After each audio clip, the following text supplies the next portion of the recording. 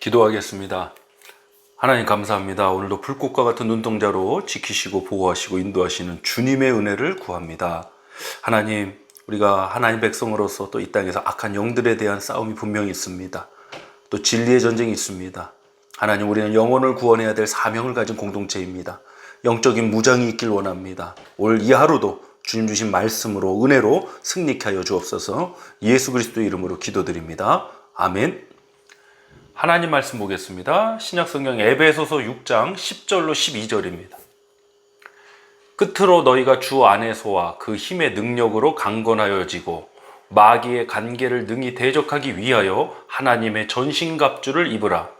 우리의 씨름은 혈과 육을 상대하는 것이 아니요 통치자들과 권세들과 이 어둠의 세상 주관자들과 하늘에 있는 악의 영들을 상대함이라. 아멘. 에베소서 6장 10절로 12절을 본문으로 강력한 무장을 하라, 강력한 무장을 하라는 제목으로 오늘 말씀 전하겠습니다. 오늘이 6월 25일 6.25 사변일입니다. 저희 어릴 때만 해도 좀 이날을 중요시 여기고 또 많은 배움의 시간도 가졌던 기억이 있습니다. 요즘은 조금 많이 희미해진 그냥 옛날에 있었던 그러한 일들 정도로만 여기는 것 같아 안타까움이 분명히 있습니다.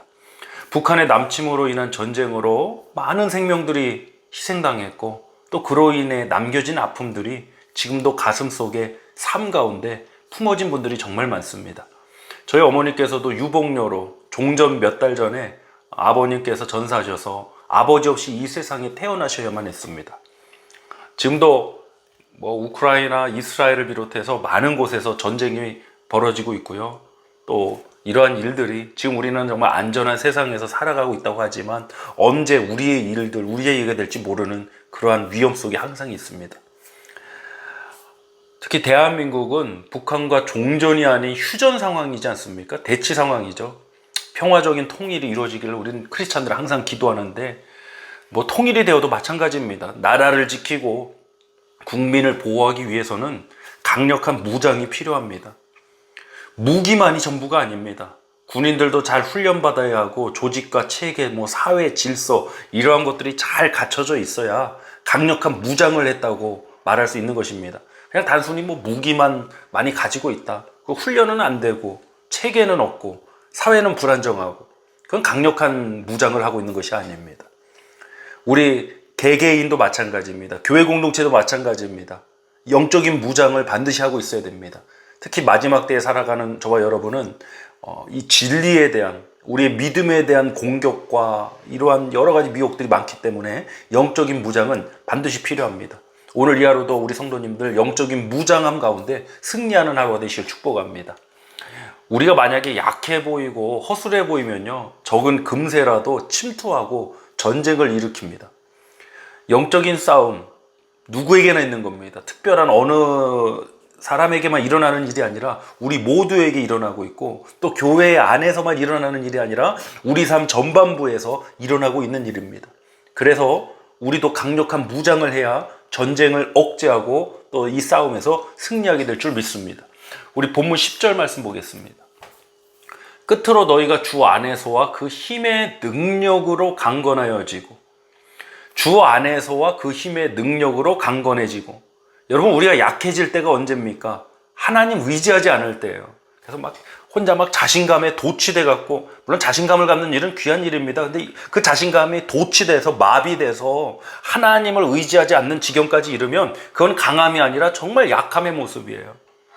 자기 자신을 의지하지 않고 하나님을 의지할 때 우리는 진정한 강함의 길로 나가는 겁니다. 약한 군대는 적에게 무너질 수밖에 없습니다. 여러분이 강함으로 무장하기 위해 하는 일이 무엇입니까?